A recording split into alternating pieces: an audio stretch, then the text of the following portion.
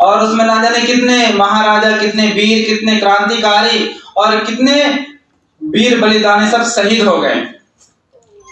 और उन्होंने न जाने देश के लिए ही अपने आप को कुर्बान कर दिया। तो उन शहीदों को हमें नमन करना चाहिए, उनको याद करना चाहिए, उनकी बलिदानी ऐसे ही व्यर्थ नहीं जानी चाहिए। आज की जो युवा पीढ़ी जो है, युवा जो हमारा जो समाज है, उनको ये सब बातें याद आनी चाहिए, याद होनी चाहिए, याद करानी चाहिए। तो ये सारा का सारा दायित्व तो हम सबको, आप सबको मिल करके करना होगा। अभी अभी माता जी ने कहा कि और एक दिन है जो हम भूल रहे हैं, वीर हकीकत राय का बलिदान दिवस है। तो आज के ही दिन उनका बलिदान हुआ था। आयु कितनी थी? छोटी सी आयु, 14 वर्ष। आजकल क्या होता है, 14 वर्ष कुछ नहीं, 25-20 हो जाते, फिर भी कुछ समझ में नहीं आता है, कुछ करने के लिए लालसा नहीं जागती है, कोई उत्साह नहीं होता, जीवन में कोई परिवर्तन नहीं होता है। तो बसंत पंचमी हम सबके जीवन में रंग लाएं। हमने आहुतियां दी ना, ऋतु राज है, आया है ऋतुराज इस प्रकृति में और रंग में रंग गया है पूरा यह का पूरा प्रकृति।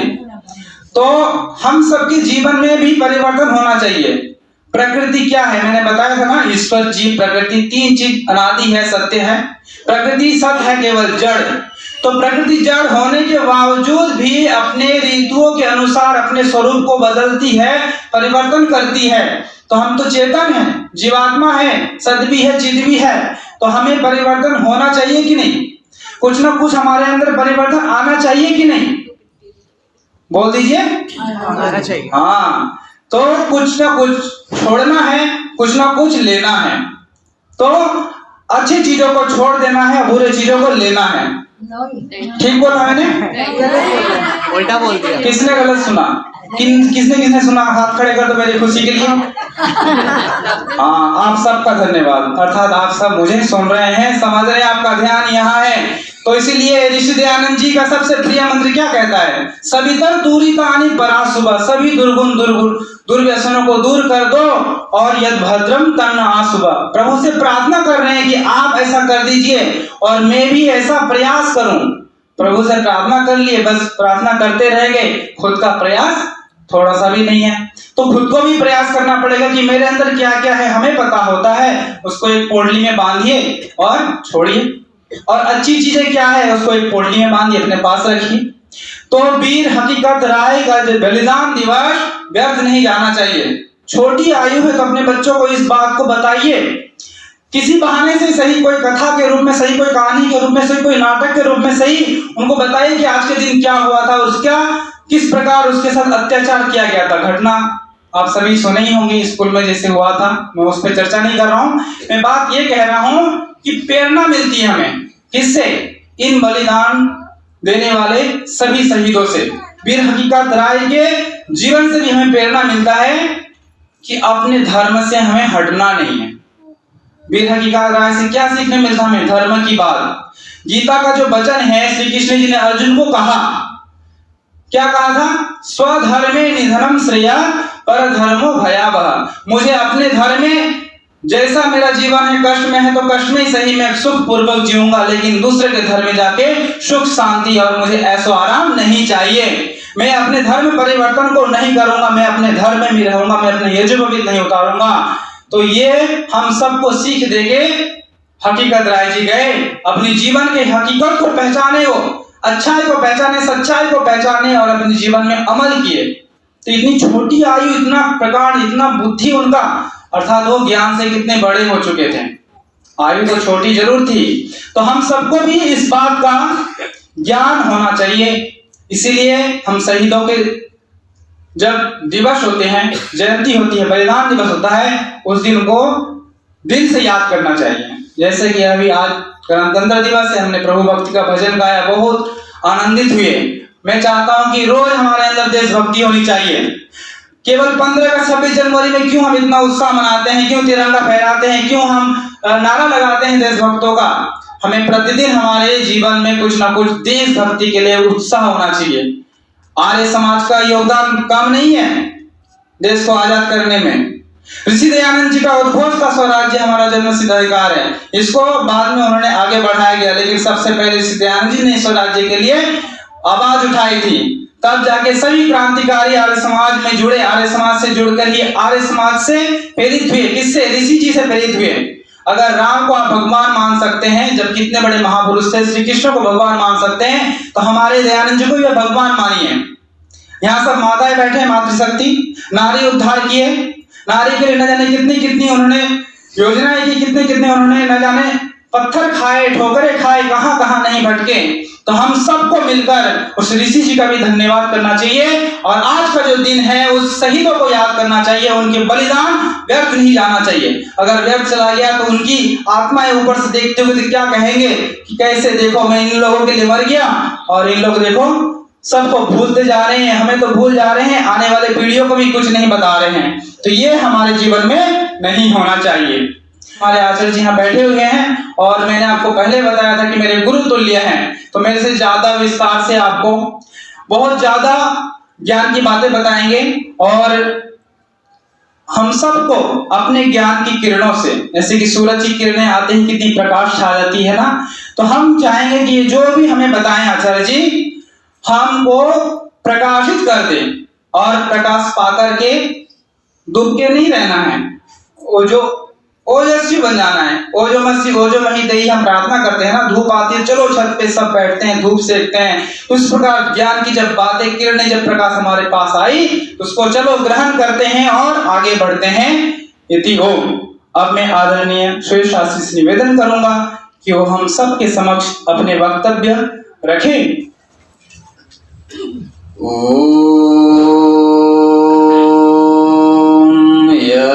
यदंगदासु से त्वमग्ने भद्रं करिष्यसि तवेतत् सत्यमंगिरः। ओम मेधा मे वरुणो ददातु मेधामग्ने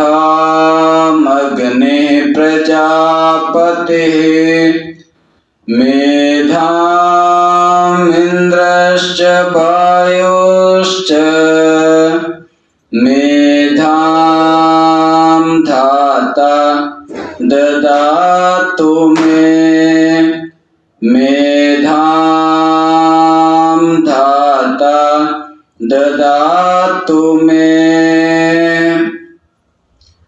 इस मंच की शोभा को बढ़ा रहे हैं पूज्य माता सत्यप्रिया यति जी, आदरणीय पंडित आनंद प्रकाश जी, पूज्य माता सुदेश मित्तल जी, इस समाज के प्रधान आदरणीय श्री केवल कृष्ण अग्रवाल जी, कोषाध्यक्ष श्रीमती किरण श्रेष्ठ जी, वंदनीय पूजनीय मातृशक्ति तथा सभी धर्म प्रेमी सज्जनों, अभी आप बहुत सुंदर भजन और विचार श्रवण कर रहे थे, और जैसा कि आपका माघ मास का गायत्री महायज्ञ चल रहा है, इसी के अंतर्गत आज 26 जनवरी का गणतंत्र दिवस का पर्व और उसी के साथ बसंत पंचमी का पर्व, दोनों आज सम्मिलित रूप से हम मना रहे हैं। हमारी जो भारतीय संस्कृति है, ये पर्वों की, त्योहारों की संस्कृति है।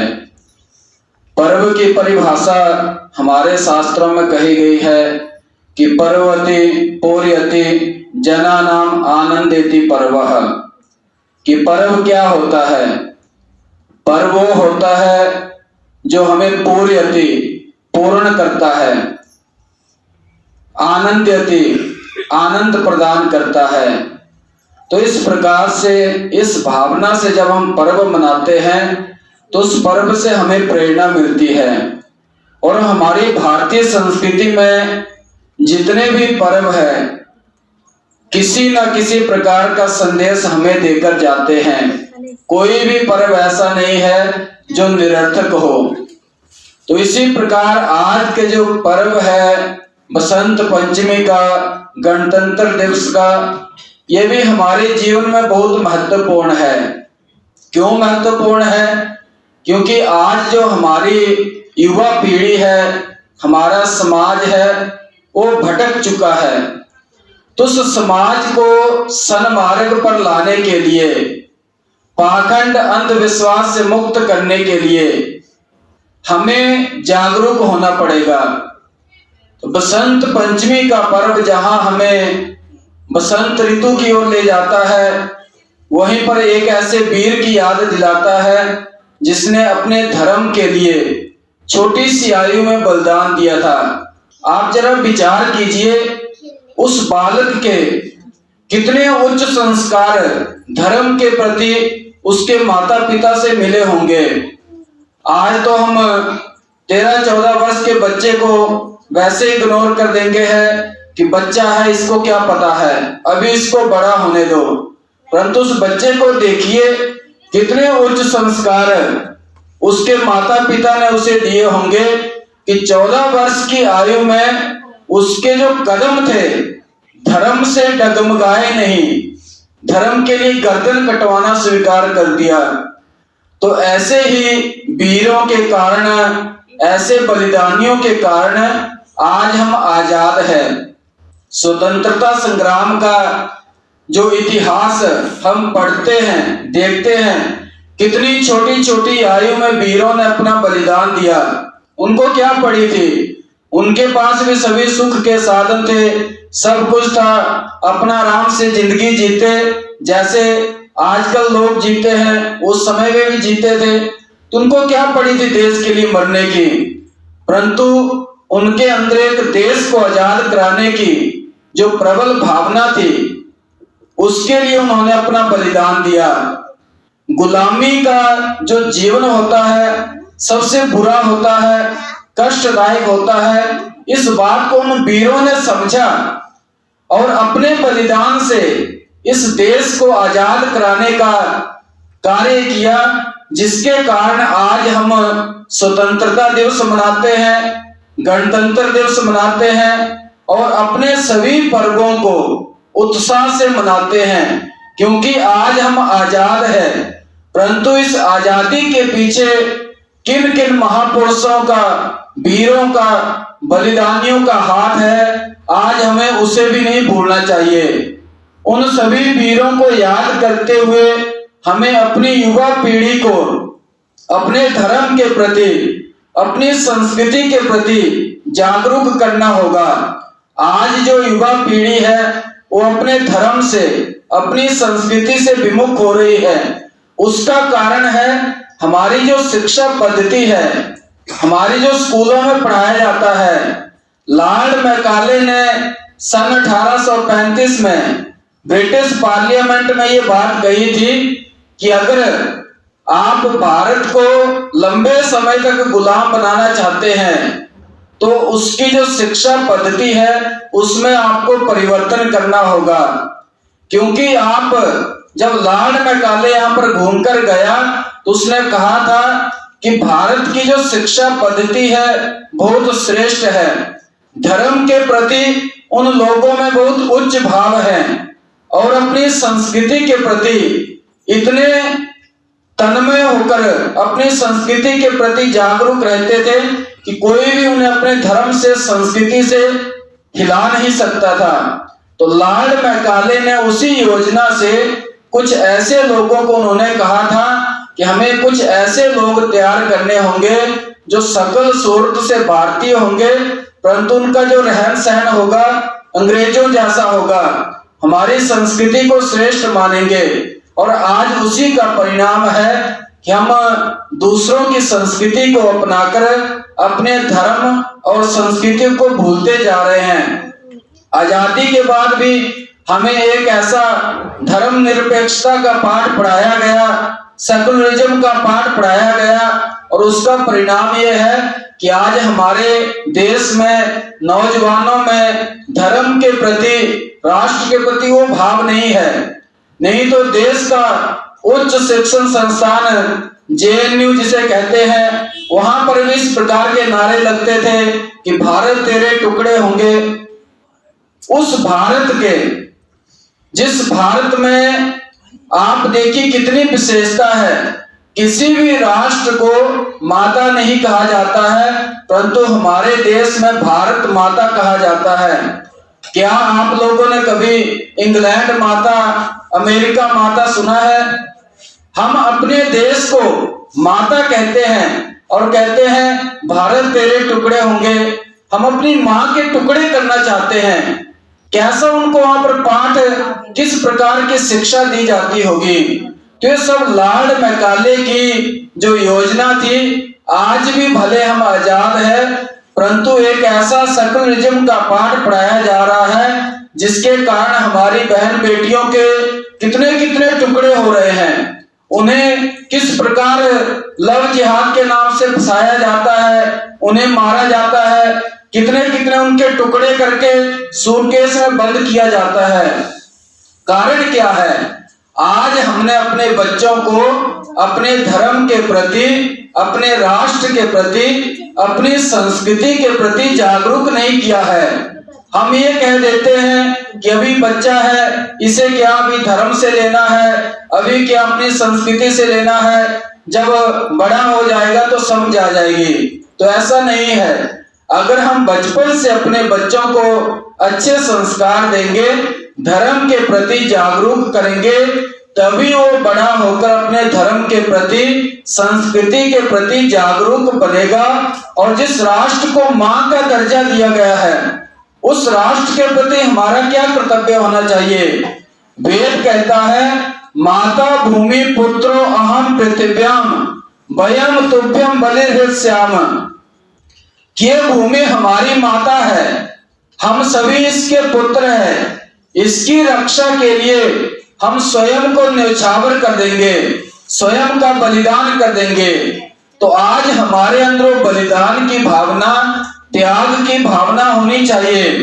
आज वो समय नहीं है कि हमें अपनी गर्दन कटवानी पड़े, इतना बुरा समय भी नहीं है, परंतु फिर भी हमें अपने धर्म के प्रति इतना जागरूक होना पड़ेगा कि कोई भी अगर अपने धर्म पर उंगली उठाता है तो उसे जवाब देने का साहस हमारे अंदर हो।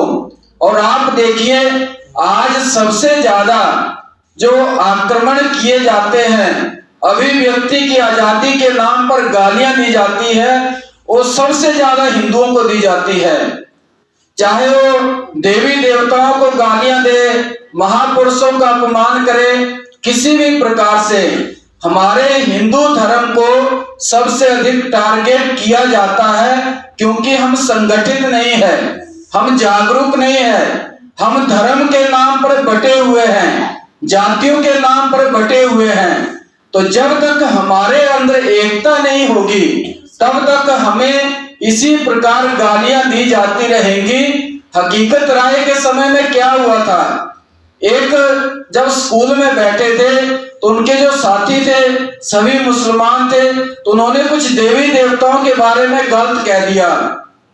तो वीर हकीकत राय उसने भी उल्टा उन्हें कह दिया कि जैसा आप मुझे कह रहे हैं, मेरे देवी देवताओं को कह रहे हैं, ऐसे ही आप अपने जो इष्ट है फातिमा है उनके लिए समझिए। तो इतनी सी बात पर इतना बवाल हो गया कि उस बालक के सामने शर्तें रखी गई कि या तो मुसलमान बन जाओ या अपनी गर्दन कटवाओ, क्योंकि उस समय मुगलों का राज था और बेअदबी करना, उनके धर्म को गाली देना मृत्यु दंड के बराबर था। उस बालक ने अपनी गर्दन कटवा दी, परंतु अपने धर्म को नहीं त्यागा। तो ऐसे ही आज भी अभिव्यक्ति की आजादी के नाम पर हमारे धर्म को गालियां दी जाती है, हमारे धर्म का मजाक उड़ाया जाता है और हमारी परीक्षा ली जाती है। और जब हम एकजुट हो जाएंगे, संगठित हो जाएंगे, तो किसी का यह साहस नहीं होगा कि हमारे धर्म का अपमान करें। अभी कुछ दिन पहले एक विवाद चला था बागेश्वर धाम के विषय में। वहां के जो संत है आचार्य धीरेन्द्र शास्त्री, उन्होंने कुछ जो मतांतरण करवाते थे, धर्म परिवर्तन करवाते थे, उन लोगों के खिलाफ उन्होंने अपनी आवाज उठाई, शुद्धिकरण का कार्य प्रारंभ किया। और जो ईसाई बन चुके लोग थे, आज हम अपने पंजाब को देखें तो सबसे अधिक जो धर्मांतरण चल रहा है वो हमारे पंजाब में है। पूरे गांव के गांव अपने धर्म को छोड़कर ईसाई बन चुके हैं और एशिया का सबसे बड़ा चर्च यहाँ पर बन रहा है। तो जब उन्होंने इसके खिलाफ आवाज उठाई, शुद्धिकरण का कार्य किया, तो लोगों के निशाने पर आ गए। और पिछले दिनों आपने देखा होगा कितनी मीडिया वहां पर इकट्ठी हो गई थी और कितना उनकी परीक्षा ली गई कि आप कैसे ये चमत्कार, जो भी है, हम चमत्कार में विश्वास नहीं करते हैं। मूर्ति पूजा आर्य समाज में नहीं होती है, आर्य समाज मूर्ति पूजा का विरोध करता है। परंतु जो धर्म के लिए, अपनी संस्कृति के लिए, अपने राष्ट्र के लिए कार्य करेगा, उसका साथ तो हमें देना पड़ेगा। और उन्होंने जो शुद्धिकरण का जो कार्य किया था, लोगों को जागरूक करने का कार्य, वो राष्ट्र के लिए था। वो किसी अपने, भले ही जिस प्रकार से अपना प्रचार करते हैं, जो भी करते हैं, हम उनका समर्थन इस बात का नहीं करते हैं, परंतु राष्ट्र के लिए जो कार्य वो कर रहे हैं उसका हमें समर्थन करना चाहिए। अगर हम उनका समर्थन नहीं करेंगे तो कौन आगे आकर हिंदू धर्म की रक्षा करेगा, हिंदुओं को बचाएगा। एक समय ऐसा आएगा कि हिंदू नाम मात्र भी देखने को नहीं मिलेंगे, क्योंकि इस प्रकार की योजनाएं चल रही है, इस प्रकार का पाठ पढ़ाया जा रहा है। तो हमें आज अपने धर्म के प्रति, अपनी संस्कृति के प्रति जागरूक होने की आवश्यकता है और अपने राष्ट्र के प्रति, अपनी युवा पीढ़ी को जागरूक करना है कि हमारा धर्म क्या है, राष्ट्र के प्रति कर्तव्य क्या है, मातृभूमि के प्रति कर्तव्य क्या है, जिस राष्ट्र को हम मां मानते हैं उसके प्रति हमारी क्या भावना होनी चाहिए। रामायण का एक प्रसंग आता है, जब मर्यादा पुरुषोत्तम भगवान राम ने लंका पर विजय प्राप्त कर ली, तो वहां पर लक्ष्मण उनसे कहते हैं कि देखो हम यहाँ पर बैठे हैं, बहुत सुख से, अब विभीषण आपको राजा बनाना चाहता है, क्यों ना आप यहीं के राजा बन जाओ, अयोध्या में जाकर क्या करोगे, हो सकता है भरत राज्य देने से इनकार कर दे, 14 वर्ष के अंदर उसके मन में कोई ऐसा भाव आ गया हो। तो मर्यादा पुरुषोत्तम श्री राम क्या कहते हैं कि अपि स्वर्णमयी लंका ना च मे रोचते लक्ष्मण, जननी जन्म भूमिश्च स्वर्गादपि गर्यसि। वो कहते हैं कि लक्ष्मण, ये सोने की लंका भी मुझे अच्छी नहीं लग रही है। जननी जन्म भूमिश्च, जन्म देने वाली माता, और जन्म भूमि का जो सुख है वो स्वर्ग के सुख से भी बढ़कर है। तो आज हमें अपने बच्चों के अंदर, अपनी युवा पीढ़ी के अंदर यही भाव पैदा करने हैं, अपने माता पिता के प्रति, अपनी मातृभूमि के प्रति, अपने राष्ट्र के प्रति, अपने समाज के प्रति। जिस दिन हमारी युवा पीढ़ी अपने धर्म के प्रति, अपनी संस्कृति के प्रति जागरूक हो जाएगी, उस दिन किसी का ये साहस नहीं होगा कि भारत तेरे टुकड़े होंगे, इस प्रकार के नारे लगा दे, भारत माता को गालियां दे, अपने धर्म को गालियां दे। किसी का ये साहस नहीं होगा, परंतु उसके लिए हमें एकजुट होने की आवश्यकता है। वेद कहता है वयम राष्ट्रे जागृयाम पुरोहिता, हम सभी इस राष्ट्र के जागरूक प्रहरी हैं। तो हमारा इतना कर्तव्य तो बनता है कि हम अपने राष्ट्र के प्रति हमारा जो कर्तव्य है उसका हम पालन करें। जो जो कार्य हम करते हैं, अगर उस कार्य को भी हम ईमानदारी से करते हैं, सच्ची निष्ठा से करते हैं, तो ही हमारे लिए राष्ट्रभक्ति है। आज हम आजाद हैं, हमें कोई गोली मारने वाला नहीं है, हमारी कोई गर्दन काटने वाला नहीं है, परंतु फिर भी हमें इतना जागरूक तो अवश्य होना है कि इस आजादी का जिन्होंने इसकी कीमत चुकाई है, अपने प्राणों की आहुति देकर, उन वीरों को हम ना भूलें, उन वीरों को हम अवश्य याद रखें, जिनके कारण आज हम आजाद भारत में रह रहे हैं और गणतंत्र दिवस मना रहे हैं। तो हम सभी एक यहाँ से प्रेरणा लेकर जाए कि हम सभी अपने घर में बच्चों को, अपने पोते पोतियों को इस प्रकार के संस्कार देंगे कि अपने धर्म के प्रति जागरूक हो, अपनी संस्कृति के प्रति जागरूक हो।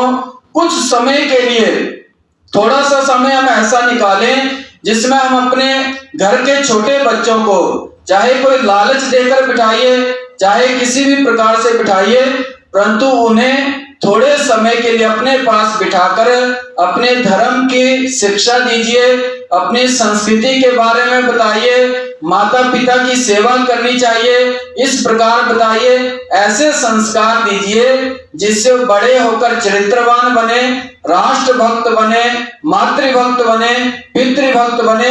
तो इस प्रकार के संस्कारों की आज सबसे अधिक आवश्यकता है और हमें इस प्रकार के संस्कार देने चाहिए, तभी हमारा समाज बदलेगा और अगर समाज बदलेगा तो राष्ट्र बदलेगा, राष्ट्र का सुधार होगा।